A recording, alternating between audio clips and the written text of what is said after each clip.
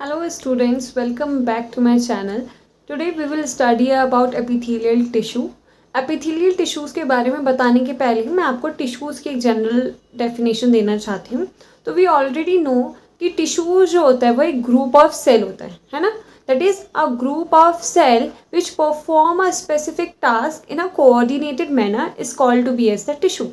ऐसे group of cells मतलब group of cells एक से ज़्यादा सेल जब एक स्पेसिफिक टास्क के लिए काम कर रहे होते हैं इन अ कोऑर्डिनेटेड मैनर तो उसे हम टिश्यू कहते हैं. ठीक है. इसके साथ साथ another definition a group of cell having the same embryonic origin is also called to be as tissues. जैसे कि bone tissues, muscle tissues, cartilage tissues, इस तरीके से इसके मैनी एग्जाम्पल्स आते हैं. ठीक है. अब हम आगे को बढ़ते हैं. तो टिश्यूज़ के बेसिकली 4 टाइप्स होते हैं. एनिमल टिश्यूज़ की मैं बात कर रही हूँ तो इनके मेजरली 4 टाइप्स होते हैं जिसे आप मैकनेगी करके याद कर सकते हो. ठीक है. यहाँ पे मैकनेगी की स्पेलिंग है MEC और N. ठीक है. तो M stands for muscle, E for epithelium, C for connective and N for nervous tissues. ठीक है. तो जनरली जो आपके एनिमल टिश्यूज़ होते हैं उन्हें हम 4 टाइप्स में डिवाइड कर सकते हैं. Epithelial tissues, muscle tissues, connective tissues and nervous tissues. ठीक है. अब हम आगे को बढ़ेंगे कि first type of tissues that is epithelial tissues के बारे में हम इस वीडियो में बात करेंगे. रेस्ट ऑफ द 3 टिश्यूज़ के बारे में हम फर्दर बात करेंगे. तो ऐसे टिश्यूज़ जो कि basically outer most part of the human body में प्रेजेंट हो या फिर वो हॉलो कैविटीज़ जो हमारे पास वेस्कुलर ऑर्गन्स हैं उनके बाहर से प्रोटेक्शन प्रोवाइड करा रहे हैं, उनके बाहर के आउटर मोस्ट सेल्स हों, उसको हम एपिथेलियल टिश्यूज़ कहते हैं. ठीक है. तो एपिथेलियल टिश्यूज जो होती हैं वो आपकी लाइनिंग या फिर surface of the body cavities या फिर बॉडी पार्ट्स में प्रेजेंट होते हैं. ठीक है. फॉर एग्जांपल जैसे कि स्किन के जो टिश्यूज़ होते हैं वो एपिथेलियल टिश्यूज़ होते हैं. ठीक है. ये सबसे बाहर प्रेजेंट होते हैं एंड एज ये सबसे बाहर प्रेजेंट हैं तो इनका काम क्या होगा, हमारे प्रोटेक्शन प्रोवाइड कराना इनका फर्स्ट फंक्शन होता है. ठीक है. वैसे ही जो हमारा माउथ है दैट इज़ बकल कैविटी जो है उसकी जो बाहर की लाइनिंग्स हैं अगेन वो भी आपके एपिथेलियल टिश्यूज से ही बनी होती हैं. ठीक है. तो हमारे माउथ में सलाइवरी ग्लैंड्स जो होती हैं वो एपिथेलियल टिश्यूज़ में आती हैं एंड तो यहाँ से इनका सेकंड फंक्शन आता है विच इज़ द सिक्रीशन. ठीक है. और साथ ही साथ जैसे कि आपने देखा होगा जो हमारी स्मॉल इंटेस्टाइन है उसमें माइक्रोविलाइज प्रेजेंट होते हैं ताकि एब्जॉर्प्शन अच्छा हो पाए, है ना. तो जो ये माइक्रोविलाइज हैं ये भी आपके एपिथेलियल टिश्यूज से ही बने होते हैं. तो then third function of epithelial tissues क्या हो गया है, एब्जॉर्प्शन होता है. ठीक है. एंड फोर्थ फंक्शन की बात करते हैं दैट इज़ ये एक्सक्रीशन में भी हमारी हेल्प करते हैं. जैसे कि जो स्वेट है इस टाइप की चीज़ों को एक्सक्रीट करने का काम, जो वेस्ट है उन्हें बाहर निकालने का काम भी ये करते हैं. तो हैंस इनका फोर्थ फंक्शन होता है एक्सक्रीशन. ठीक है. एपिथेलियल टिश्यूज़ जो होते हैं इनके पास नर्व्स जो है हमारे न्यूरॉन्स हैं उनके सिग्नल्स तो ज़रूर आते हैं बट ये एवेस्कुलर होते हैं. एवेस्कुलर से क्या मतलब है, दैट इज़ कि इनके पास हमारी ब्लड वेसल्स प्रेजेंट नहीं होती हैं. ठीक. तो this is the diagram of epithelial tissues. तो इसमें प्रिसाइजली जो ये अपर वाला पोर्शन है these are the epithelial tissues. और अगर आप इन्हें इस टिश्यूज़ को अच्छे से देख रहे हैं तो इसमें आपको इंटरसेलुलर स्पेस बिल्कुल भी नहीं दिख रहा होगा, है ना. सो एपिथेलियल टिश्यूज़ में इंटरसेलुलर स्पेस ईदर मिनिमम होता है या फिर प्रेजेंट नहीं होता है. इसमें सेलुलर जंक्शंस पाए जाते हैं जैसे कि टाइट एंकरिंग या फिर इसमें गैप जंक्शंस भी देखने को मिलते हैं which makes them compactly packed. ठीक है. नेक्स्ट बात आती है तो अगर आप यहाँ पे देखोगे तो इसमें नर्व फाइबर जो हैं वो आ रहे हैं. These are the nerve fibre जो कि इनसे कनेक्ट हो रहे हैं. बट वहीं पे अगर हम ब्लड वेसल को देखें it is not connected with the epithelial tissues directly. तो फिर ये एवेस्कुलर होते हैं. एवेस्कुलर का क्या मतलब है, एवेस्कुलर का मतलब है कि इनसे ब्लड सप्लाई डायरेक्टली नहीं होती है. इनके नीचे यहाँ पे जो टिश्यूज़ प्रेजेंट हैं विच आर कनेक्टिव टिश्यूज़ ये by the help of diffusion in nutrients या फिर जो भी एसेंशियल मटेरियल्स हैं उनकी सप्लाई करते हैं. कैसे करते हैं, by the help of diffusion. ठीक है. नेक्स्ट बात आती है कि जो एपिथेलियल टिश्यूज़ होते हैं उनका जो अपर सरफेस है ना, ये वाला जो सरफेस है इट इज़ फ्री. ये फ्री होता है, ये बाहर की तरफ का है तो ये फ्री है. और जो लोअर सरफेस है वो कनेक्टेड होता है विद द अदर टिश्यूज़ और से द एक्स्ट्रा सेलुलर मैट्रिक्स. इनका जो नीचे वाला वन एंड होता है वो एक्स्ट्रा सेलुलर मैट्रिक्स से कनेक्टेड होता है. ठीक है. तो इनका जो फ्री सरफेस है उसमें कई बारी जो है सीलिया की फॉर्मेशन देखी जाती है और उन टिश्यूज़ को हम सीलिएटेड एपिथेलियम भी कहते हैं जैसे कि माइक्रोविलाई में देखने को मिलता है. ठीक है. फैलोपियन ट्यूब्स में जो टिश्यूज़ प्रेजेंट होता है उनमें भी आपको सीलिया देखने को मिलता है. Correct. Epithelium tissues again 2 parts में डिवाइड होते हैं, ठीक है। First is the covering and lining epithelium and second is the glandular epithelium, ठीक है। ये इन दोनों के फंक्शंस काफ़ी ज़्यादा डिफरेंट होते हैं वन अनदर से। तो फर्स्ट आता है हमारा covering and lining epithelium. As the name indicates, इसका काम क्या होता है, that is the hollow organs और जो बॉडी कैविटीज़ हैं उनमें लाइनिंग करना, ठीक है। जैसे कि जो हमारी स्किन में टिश्यूज़ प्रेजेंट है, ये कौन से वाले होंगे, और या फिर जो हमारी ओविडक्ट में प्रेजेंट है, जो हमारी स्मॉल इंटेस्टाइन में प्रेजेंट है, जो कि हमारे हॉलो ऑर्गन्स को कवर करने का काम कर रहे हैं, वो होते हैं हमारे covering and lining epithelium. And वहीं पे सेकंड टिश्यूज आते हैं जिनका नाम होता है ग्लैंड्यूलर एपिथेलियम। तो ग्लैंड्यूलर एपिथेलियम का काम होता है सिक्रीशन करना, जैसे कि जो हमारा थाइमस होता है, जो हमारी थायराइड ग्लैंड है, जो पिट्यूटरी ग्लैंड है, जो एड्रिनल ग्लैंड है, जो उनके सिक्रीशंस कराता है, उन सेल्स का नाम होता है ग्लैंड्यूलर एपिथेलियम, ठीक है। अब हम आगे को बढ़ते हैं। अगेन जो कवरिंग एंड लाइनिंग एपिथेलियम है वो 2 पार्ट्स में डिवाइड होती है। फर्स्ट है दैट इज कि arrangement of the cell layers, की जो सेल की लेयर्स हैं वो किस तरीके से अरेंज हो रही हैं, ठीक है। और सेकंड आता है हमारा that is the cell shape, कि सेल का शेप किस टाइप का है। तो फर्स्ट में फिर से हम जाते हैं, that is the arrangement of the cell layer. तो बेसिकली जो एपिथेलियम टिश्यूज होते हैं इधर या तो सिंगल लेयर्स में प्रेजेंट होते हैं या फिर वो मल्टीपल लेयर्स में प्रेजेंट होते हैं, ठीक है। अगर वो सिंगल लेयर में प्रेजेंट हैं तो उन्हें हम सिंपल टिश्यूज़ कहते हैं। फॉर से जैसे कि यहाँ पे ये डायग्राम दे रखा है, तो जो डायग्राम है तो उसमें क्या है, अरेंजमेंट ऑफ लेयर में फर्स्ट आता है हमारा सिंपल वाला, करेक्ट। तो सिंपल में प्रैक्टिकली क्या होता है, द टिश्यूज़ जो कि आपकी सिर्फ एक लेयर में प्रेजेंट है, तो इसमें जो सेल्स है वो भी क्या है, सिंगल लेयर्ड है, तो इन्हें हम सिंपल कहेंगे, ठीक है। नेक्स्ट हम जाते हैं स्ट्रेटिफाइड में। तो स्ट्रेटिफाइड का मतलब होता है जिसमें एक से ज़्यादा सेल की लेयर्स प्रेजेंट हो, ठीक है। तो इसमें आपको देखने को मिल रहा है कि 1 layer, then 2 layer, then 3 layer and then 4th layer present है। तो जिसमें बहुत ढेर सारी लेयर्स में आपके एपिथेलियम टिश्यूज़ प्रेजेंट होते हैं उसे हम कहते हैं स्ट्रेटिफाइड। एंड लास्ट हमारा आता है स्यूडो स्ट्रेटिफाइड, ठीक है। तो स्यूडो स्ट्रेटिफाइड में क्या होता है, इसमें ऐसा देख के लगता तो है कि आपके सेल्स जो हैं उसमें बहुत ढेर सारी लेयर्स हैं, बट एक्चुअल में ऐसा नहीं होता है। तो इसमें फॉल्स स्ट्रेटा होते हैं, ठीक है। वो बनते कैसे हैं, एज यू कैन सी, इसमें जो आपका एक सेल है उसमें आपका न्यूक्लियस है, ठीक है।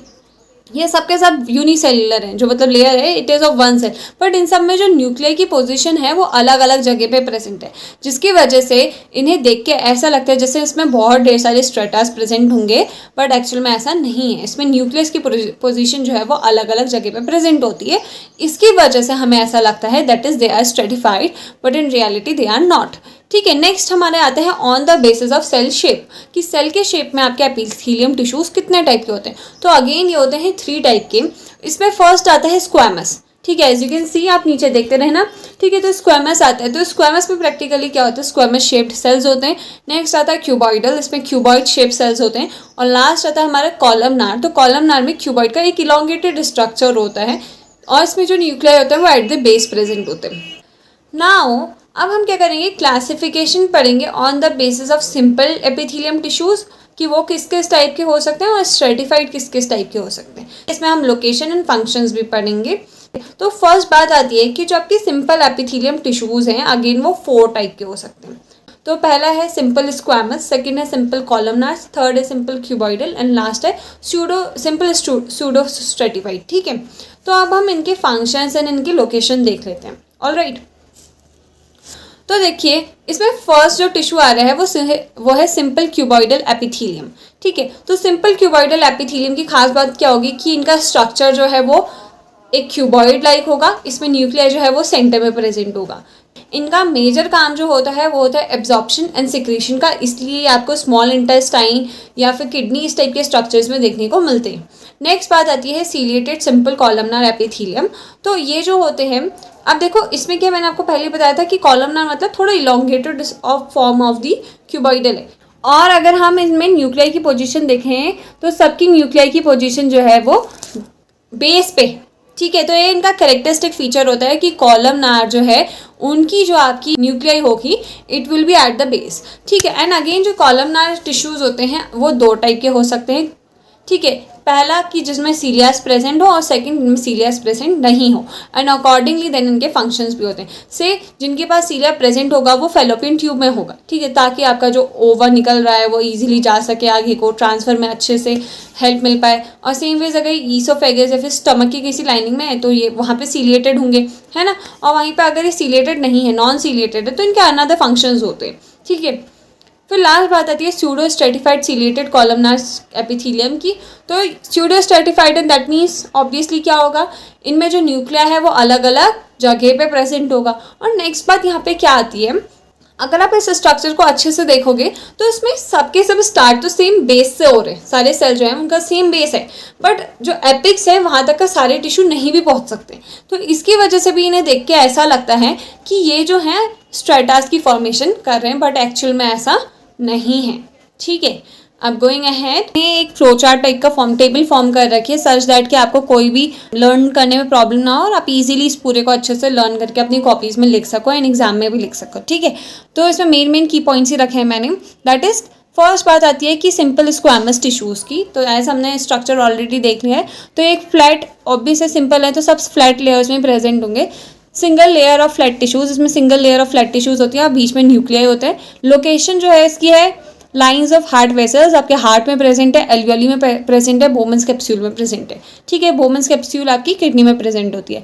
और लास्ट बात करते हैं इसके फंक्शन की, तो इसका फंक्शन है फिल्टर करना, डिफ्यूजन में, ऑस्मोसिस में, सिक्रीशन में, इन सारी चीज़ों में काम आता है। नेक्स्ट बात आती है सिंपल क्यूबॉइडल की। तो सिंपल क्यूबॉइडल अगेन एक ही लेयर में होगा और उनके जो सेल्स हैं वो क्यूब शेप्ड होंगे। इसका जो न्यूक्लिया है वो सेंट्रली लोकेटेड होता है। इनका फंक्शन होता है secretion and absorption. And last बात आती है इनकी लोकेशन की, विच इज़ बेसिकली कि सरफेस ऑफ ओवरी में पाए जाते हैं, lines of kidney tubules, small duct and glands in the eye, ठीक है। तो ग्लैंड्स में, आईज में पाए जाते हैं। नेक्स्ट बात आती है सिंपल कॉलमनार की। तो ये कॉलम लाइक स्ट्रक्चर्स होते हैं, इनका न्यूक्लिया एट बेस होता है, ठीक है। ये इसका कैरेक्टरिस्टिक फंक्शन है, याद रखना। और may have cilia at one end, ज़रूरी नहीं है कि इनके पास सीलिया हो, बट इनके पास सीलिया हो भी सकता है। इस बात आती है इसकी लोकेशन की। तो they are present at the GI tract, that is gastrointestinal tract, glands में प्रेजेंट होते हैं, गॉल ब्लैडर में है, ओविडक्ट में है, central canal of spinal cord में प्रेजेंट हैं, ठीक है। ये सब आपको लर्न करना पड़ेगा एंड क्या अकॉर्डिंगली फंक्शंस हैं। तो अगर आप तीन भी सबके लर्न करते हैं so it will be helpful for you, ठीक है। नेक्स्ट बात आती है इनका फंक्शन क्या है। तो इनका काम होता है secretion, protection, absorption, moves mucus, mucus को मूव कराने में भी हेल्प करते हैं, ठीक है। लास्ट हमारे आते हैं pseudo stratified columnar. As I have already told you, not are true stratified tissues, ये रियलिटी में स्ट्रेटिफाइड टिश्यूज नहीं है। न्यूक्लिया जो होता है वो अलग अलग लेवल्स में होता है। All cells at same base, सारे सेल्स का सेम बेस होता है, बट जो एपिक्स है वो अलग अलग हो सकती है। से फॉर एन एग्जाम्पल, इन सबका बेस ये है, ठीक है। तो यहाँ पे सेल स्टार्ट हुए, तो ऐसा ज़रूरी नहीं है कि सारे के सारे सेल इतना ऊपर पहुँचे। कुछ ऐसे सेल्स हो सकते हैं जो यहाँ पे तक का रह रहे हैं और यहाँ पे उनका न्यूक्लिया है और ये थोड़ा ऐसे आ गए हैं, ठीक है। So this is what I am trying to state out के रेस्पिरेटरी ट्रैक्ट में प्रेजेंट होते हैं एंड इनका काम है secretion, movement of mucus by ciliary action, ठीक है। ये सीलियरी एक्शन की हेल्प से, एज इनके पास सीलिया प्रेजेंट होता है, तो ये सीलियास की हेल्प से म्यूकस को आगे पीछे मूव कराने में हेल्प कराते हैं। So now we have already completed simple epithelium tissues and their classification, ठीक है। तो उसे आप थोड़ा लर्न कर लीजिएगा एंड तीन फंक्शंस, तीन लोकेशंस सबकी। नेक्स्ट बात आती है इसमें कि जो आपके स्ट्रेटिफाइड टिश्यूज़ हैं वो किस टाइप के होते हैं, ठीक है। तो अगेन स्ट्रेटिफाइड के हम टाइप्स पढ़ेंगे एंड उनके फंक्शन एंड उनका डिस्क्रिप्शन। तो फर्स्ट इसमें आ रहा है स्ट्रेटिफाइड स्क्वामस एपिथेलियम, ठीक है। तो एज वी ऑलरेडी नो कि ये स्ट्रेटिफाइड है, तो ये स्ट्रेटाज में प्रेजेंट होंगे। जो यहाँ पे इमेज प्रोवाइडेड है, एज यू कैन सी, उसमें एक लेयर ऑफ सेल नहीं है, there are multiple layers of cell. जो इसकी अपर लेयर में सेल हैं they all look squamous, but जो नीचे के सेल्स हैं, दैट इज दिस पार्ट के सेल हैं, they can be cuboidal, they can be columnar, they can be of any shape, ठीक है। बट जो अपर मोस्ट लेयर है, जो यहाँ पे इसका फ्री एपिकल आता है, दो cell will be squamous cells, so इसीलिए हम इन्हें स्क्वामस एपिथेलियम भी कहते हैं। इसके डिस्क्रिप्शन में यही बता रखा है। नेक्स्ट बात आती है इसमें, that is location and function. तो स्क्वामस टिश्यूज़ का जनरली फंक्शन जो होता है वो प्रोटेक्शन का होता है, जैसे हमारी स्किन में, हमारे हेयर्स में जो टिश्यूज़ प्रेजेंट होते हैं, those are generally the squamous tissues. तो उसमें लिखा भी है keratinised variety of form superficial layer of skin, है ना। नॉन केरेटिनाइज्ड भी होते हैं, जैसे जो हमारे बालों में प्रेजेंट है तो उसमें केरेटिनाइज्ड होता है, उसमें प्रोलैक्टिन की जो मात्रा होती है वो काफ़ी ज़्यादा होती है और ज़्यादातर देखा जाता है कि एपिथेलियम टिश्यूज़ में कोलेजन प्रेजेंट होता है। ठीक है, नेक्स्ट बात है कि हमारे माउथ में, वजाइना में, फारिंग्स में, इन सब में जो है आपका squamous epithelium tissues, stratified squamous epithelium tissues present होते हैं। सेकेंड टाइप का tissue which is the stratified cuboidal tissues and then फिर थर्ड आएगा हमारा स्ट्रेटिफाइड कॉलमनार एपिथेलियम। ठीक है, तो मेजर क्या है कि इनमें जो जैसे कि सेल का स्ट्रक्चर होगा वो सेम रहेगा कि क्यूबॉइडल है तो सेंट्रली लोकेटेड न्यूक्लियर होगा और क्यूबॉइड इन शेप होंगे। ठीक है, डिस्क्रिप्शन में वही बता रखा है। अगर हम लोकेशन देखेंगे, स्वेट ग्लैंड्स में प्रेजेंट है, ईसोफेगल में प्रेजेंट है। ठीक है, और फंक्शंस वहीं पे देखेंगे तो एब्जॉर्प्शन का, सिक्रीशन का, इस टाइप के इसके फंक्शंस होते हैं। ठीक है, फिर हम नेक्स्ट हमारे टिश्यूज़ में जाते हैं विच is the stratified columnar epithelium. ठीक है, तो स्ट्रेटिफाइड कॉलमनार एपिथेलियम में क्या अगेन स्ट्रेटास में टिश्यूज प्रेजेंट है एंड इन टिश्यूज का शेप क्या होगा, कॉलमनार होगा। और नेक्स्ट बात आती है कि इनका सेम चीज़ है कि न्यूक्लियर जो है वो बेस पे प्रेजेंट होगा। ठीक है, अगेन जो कॉलमनार टिश्यूज है दे कैन बी सीलिएटेड और नॉन सीलिएटेड। फिर बात आएगी कि इसका फंक्शन क्या है, that is the function to protect and to secrete. Eye में प्रेजेंट होता है, ये म्यूकस ग्लैंड में प्रेजेंट होता है, ये आपके समटाइम्स जो है एक्सक्रीटरी ग्लैंड्स में भी प्रेजेंट होता है। ठीक है, और वहीं पे अगर हम इसका फंक्शन देखेंगे तो इसका फंक्शन ईदर सिक्रीशन का है या फिर प्रोटेक्शन का है। लास्ट हमारे आते हैं ट्रांजिशनल एपिथेलियम। तो देखो ट्रांजिशनल एपिथेलियम में क्या है कि ट्रांजिशन स्टेट्स में चीज़ है। ठीक है, कि सेल जो है अगर वो जैसे कि आपकी जो यूरेटर का है, यूरिनरी ब्लैडर के सेल्स होते हैं वो कई बार एक्सपेंड करते हैं, कई बार वो रिलैक्स करते हैं। ठीक है, तो अगर वो स्ट्रेच्ड स्टेट में है, अगर वो स्ट्रेच्ड स्टेट में है तो उस टाइम पे जो टिश्यूज़ हमें दिखते हैं वो स्क्वैमस होते हैं और जब वो रिलैक्स्ड स्टेट में है तो वो हमें क्यूबॉइडल दिखते हैं। सो दैट मीन्स कि इसमें एक पर्टिकुलर शेप उन्होंने नहीं लिया है, वो अकॉर्डिंगली वो अपना शेप चेंज करते हैं, squamous to cuboidal and cuboidal to squamous. ठीक है, एज मैंने आपको बता दिया कि इसकी लोकेशन क्या है, urethra, ureter, urinary bladder and इनका फंक्शन क्या है, डिस्टेंशन का काम है। तो यहाँ पे हमारे स्ट्रेटिफाइड एंड सिंपल एपिथेलियम का जो क्लासिफिकेशन था वो खत्म होता है। ठीक है, एंड कवरिंग जो टिश्यूज़ थे वो यहाँ पे एंड हो जाते, covering and lining epithelium. Second हमने एक और टिश्यूज़ देखे थे जो कि थे glandular tissues. Do you remember? So right, तो अब हम ग्लैंडुलर टिश्यूज़ के बारे में पढ़ेंगे जिनके बारे में ज़्यादा कुछ नहीं है। So now comes the glandular epithelium. ठीक है, ये हमारा लास्ट पार्ट है वीडियो का एंड देन फिर video will and, don't worry. So glandular epithelium में अ ग्रुप ऑफ सेल या फिर अ सिंगल सेल में भी प्रेजेंट, कि एक भी सेल हो सकता है और एक से ज़्यादा सेल भी प्रेजेंट हो सकते हैं। ठीक है, नेक्स्ट बात आती है कि इनका काम क्या, सिक्रीशन का है। ठीक है, अब देखो हमें बचपन से पता है कि सिक्रीशन दो टाइप से हो सकता है। पहला कि वो डायरेक्टली ब्लड में जाके हो और दूसरा वो एक्स्ट्रा सेलुलर मैट्रिक्स में जाके हो रहा है।